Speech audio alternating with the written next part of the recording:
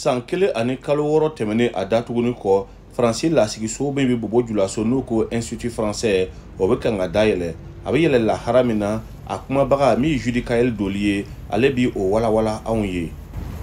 Nous allons commencer déjà par rouvrir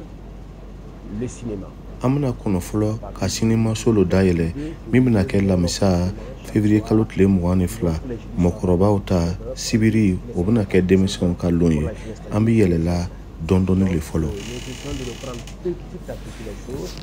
A kɔni bɛna yɛlɛ nka o ka dɔnkilisoba ale taara fɔlɔ Judy Kayel Doli ka kumaɲɔgɔnya ra. Nous délocalisons certaines activités vers des futurs partenaires. An ka baara caman bɛ yen an bɛna taa kɛ an jɛɲɔgɔn dɔw ka yɔrɔ la ale tɛna dan kɔnsɛriw ma hali yirimɔgɔ ni sugu ninnu ale dɔw bɛna kɛ o yɔrɔw la. Ka yɛlɛ ŋaniya yira sira dira dɔnkililala Jeli Karimu ma ale nana ka dɔnkili kura yira dɔnkililalaw ale ni dɔnkili yɛrɛ lɔnbagaw ra a bɔnin kɔ a y'a ka nisɔndiya yira. Ne bɛ fɛ ka min fɔ Institut Français ko in na nin y'an yɛrɛ ka ko de ye. Ni y'an yɛrɛ ka ko ye n'an ko a ma manqué san pɛrɛn nkalon tigɛ a y'an manqué fo ka taa dama tɛmɛ an ka sɔn an ka tiɲɛ fana fɔ. Jafode Kaba min ye Firange jɛnkulu ɲɛmɔgɔ n'o ko OSC ale ko an ka kɔlɔsili kɛ min tɛmɛna a ɲɔgɔn wɛrɛ kana anw sɔrɔ tugun.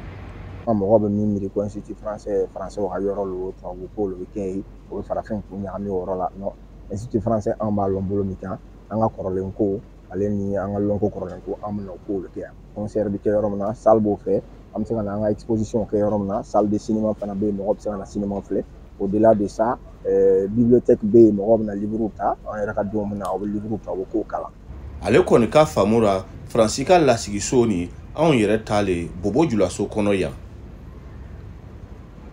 Voilà donc mɔgɔw kana ko ɲagami voilà politique bɛ danna culture bɛ danna ni yɛrɛ institut yɛrɛ ta k'a nin bɔ directeur la n'ale kelen de ye tubabu ye français y'a kɔnɔ a baarakɛla bɛɛ ye Burkina bɛ a bɛɛ ye Bogolais o bɛɛ bɛn'u dara dumuni yaala yaala ka t'o ka denbaya balo la donc yɔrɔ dɔ lo artiste minnu fana bɛ jouer a kɔnɔ a fan bɛɛ ye Burkina bɛ ani farafinna artiste tɔw minnu na yan donc vraiment a ka datugu tun kɛra degun voilà a bɛna dayɛlɛ ni an bɛɛ nisɔn ka di an fana bɛna bama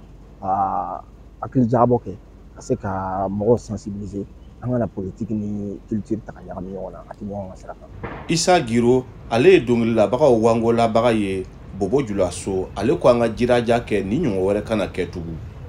Yɔrɔ kɔnna ka datugu n'o ɲɔgɔnna wɛrɛ ka kan ka sɔkɔ ka kɛ tuguni ne kɔni fɛ bɛɛ ka kan ka o bolo la Institut Français kan ka kɛ sababu ye basi foyi kana sɔrɔ a bɛrɛ foyi kana wɔrɔn a peinture foyi kana bɔ a nɔ na a brique bɛɛ ka to a nɔ na kuma cogo min na. Faransi lasigisoba Bobo Dioulasso a kɛlen don lɔnbagafili ye fɔlɔ nka o bɛ kan ka sigi dɔɔni dɔɔni. Halidu Ouedraogo VOA Bambara tɔgɔra Bobo Dioulasso.